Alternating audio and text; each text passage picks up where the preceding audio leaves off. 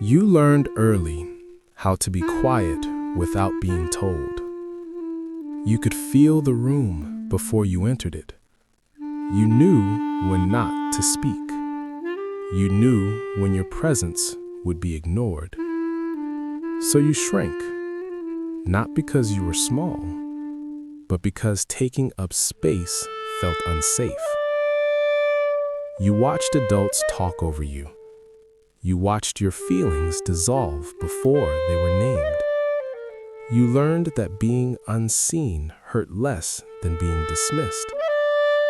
And somewhere deep inside, a question formed that you never said out loud. If no one notices me, do I even exist?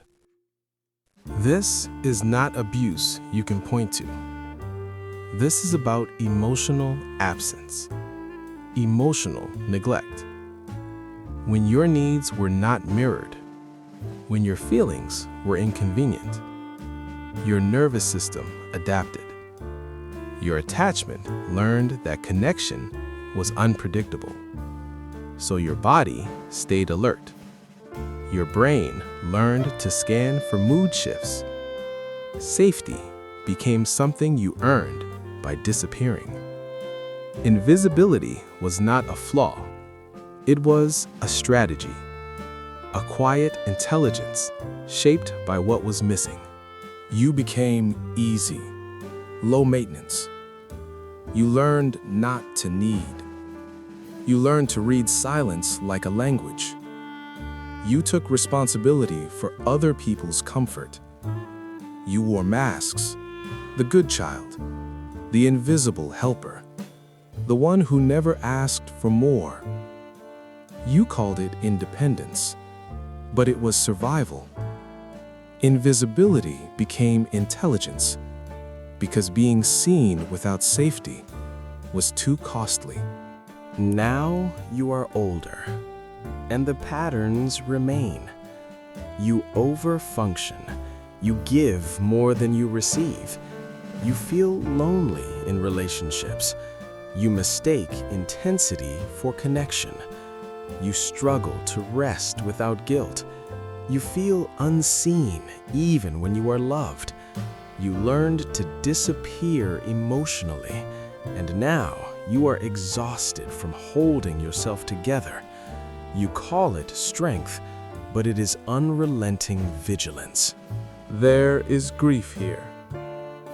Not dramatic, quiet. The grief of never being chosen emotionally, of not being asked how you felt, of learning to self-soothe before you learned to speak. You did not receive attunement. You received survival. And still, you adapted beautifully. Nothing about you was weak. Everything about you was trying to stay alive.